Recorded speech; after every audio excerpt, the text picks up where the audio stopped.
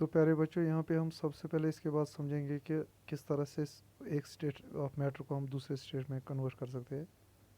तो उसके लिए मैं यहाँ पे एक डायग्राम बनाऊंगा, आप यहाँ नज़र रखिएगा। तो सबसे पहले यहाँ पे मैं आपको एक चीज़ दिखाऊंगा। यहाँ पे देखिए, मान लो यहाँ पे सॉलिड है हमारे पास, और सॉलिड को हमें कन्वर्ट करना है लिक्विड में, और इसी लिक्विड को हम कन्वर्ट कर सकते हैं गैस में। तो किस तरह से हो पाएगा ये? मान लो कि अगर मेरे पास है कोई भी solid, whether it's iron, suppose कर रहा हूँ मैं कि मान लो ये आयरन है, आयरन। अगर मुझे इस आयरन को लिक्विड फॉर्म में बनाना है, तो मुझे क्या करना पड़ेगा? इसको बहुत ज़्यादा हाई टेम्परेचर करना पड़ेगा। अगर आपको आयरन की एग्जांपल समझ में नहीं आएगी, तो आप सबसे आसान एग्जांपल याद रख सकते हो, यानी कि आइस की। मान लो ये आइस के क्यूब्स है यहाँ पे, और आइस के क्यूब्स को आपको इसको बनाना है वाटर, लिक्विड वाटर। तो आप इसको क्या करोगे? टेम्परेचर दोगे, यानी कि थोड़ा सा हीट अप करोगे ये। और जब आपने इसको टेम्परेचर दिया, हीट किया इसको, तो ये धीरे धीरे कन्वर्ट होता जाएगा किस में? वाटर में, यानी कि लिक्विड वाटर में। तो अगर आपने इस वाटर को भी और टेम्परेचर बढ़ाया, और इसमें आपने हीट किया, तो फिर ये लिक्विड जो है ना, ये लिक्विड वाटर, इसके बनेंगे वेपर्स, यानी कि वेपर्स, भाप बन जाएगा इसका, इस तरह से जो उड़ जाएगा। तो कहने का मतलब ये है, as soon as you are increasing the temperature, the state of matter gets changed from solid to liquid and from liquid to gas।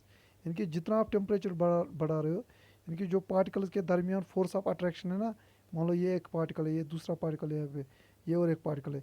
In particles के दरमियान, इस पार्टिकल और इस पार्टिकल के दरमियान होता है एक फोर्स ऑफ अट्रैक्शन। और जब आप यहाँ पे टेम्परेचर दे रहे हो, इसकी वजह से क्या होता है? ये फोर्स ऑफ अट्रैक्शन वीकर होता जा रहा है, और जो यहाँ पे डिस्टेंस है ना बिटवीन द पार्टिकल्स, वो बढ़ती जा रही है, यानी कि distance goes on increasing while as the force of attraction between the particles goes on decreasing। this is how the one state of matter gets converted into the another।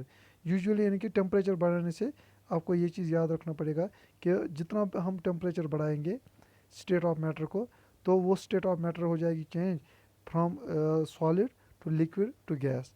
अगर इसी का रिवर्स देखेंगे, मान लो यहाँ पे सपोज कर रहा हूँ मैं, मान लो यहाँ पे मेरा कोई भी चीज़, यहाँ पे गैस है कोई, सपोज यानी कि वेपर्स है यहाँ पे।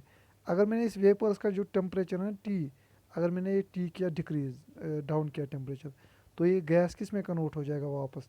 तो ये लिक्विड में कन्वर्ट हो जाएगा वापस, यानी कि वाटर में। तो यानी कि अगर इस लिक्विड वाटर का भी मैं टेम्परेचर और कम करूँगा, यानी कि टी करूँगा डिक्रीज, तो क्या हो जाएगा? ये जो लिक्विड है इसका बन जाएगा सॉलिड, यानी कि आइस बनेगा। इसलिए यही सिचुएशन देख रहे हो आप विंटर्स में, यानी कि जो गैस होते हैं पहले ये बनते हैं इसका रेन, और जब फिर से कूल डाउन होते हैं, यानी कि कूलिंग होती है वहाँ पे, और टेम्परेचर डाउन होता है, और इसी वजह से क्या बनता है? यहाँ पे आइस बनता है, यानी कि सॉलिड आइस यहाँ पे बनता है। सो इट मीन्स दैट, यानी कि we can just conclude here that if you are increasing the temperature, the state of matter goes change from solid to liquid to gas। while as if you are decreasing the temperature, अगर आप temperature को decrease करोगे, तो क्या होगा? इनके gas हो जाएगा कन्वर्ट लिक्विड में, और लिक्विड हो जाएगा कन्वर्ट वापस सॉलिड में। तो इस तरह से आप देख रहे हो कि टेम्परेचर की वजह से क्या कौन सा चीज़ हो रहा है। और एक फिनोमेना होती है यहाँ पे जिसको हम कहते हैं सब्लिमेशन। आप यहाँ पे पेज पे देखोगे आप, एक मिनट, इसको मैं पहले इरेज कर लेता हूँ।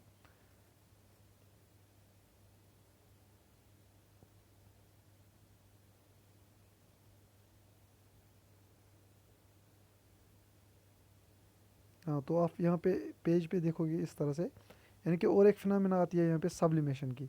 अब ये सब्लिमेशन का मतलब क्या है, ये सुनेंगे, ये हम थोड़ा सा समझ लेंगे। तो यहाँ पे आप देखोगे ये वाला, ये जो सब्लिमेशन यहाँ पे लिखा है, यानी कि changing of solid directly into the vapours on heating, यानी कि जब हम सॉलिड को डायरेक्टली करेंगे कन्वर्ट किस में? वेपर्स में, हीट करने पे। तो यहाँ पे इस तरह से on vapour into solids on cooling, example ammonium chloride, camphor and iodine. यानी कि जब हम किसी भी सॉलिड को, मान लो ये सॉलिड है हमारे पास, और सॉलिड को डायरेक्टली कन्वर्ट कर रहे हैं हम किस में? गैस में। या गैस को कन्वर्ट डायरेक्टली करेंगे हम सॉलिड्स में। तो इसी फिनोमेना, यानी कि without under going the liquid state, यानी कि जो लिक्विड स्टेट है ना, वो यहाँ पे इन्वॉल्व नहीं हुई। सॉलिड डायरेक्टली कन्वर्ट हुआ हमारा गैस में, और गैस डायरेक्टली कन्वर्ट हुआ हमारा सॉलिड में। इस तरह से क्या हो जाएगा? यानी कि जो सॉलिड्स होते हैं, सॉलिड्स को हम डायरेक्ट कन्वर्ट करेंगे गैस में, और गैस को डायरेक्ट कन्वर्ट करेंगे हम गैस को डायरेक्ट कन्वर्ट कर सकते हैं सॉलिड्स में। तो ये जो फिनोमेना होती है ना, इसी फिनोमेना को हम कहते हैं कि यही फिनोमेना हमारी होती है सब्लिमेशन की।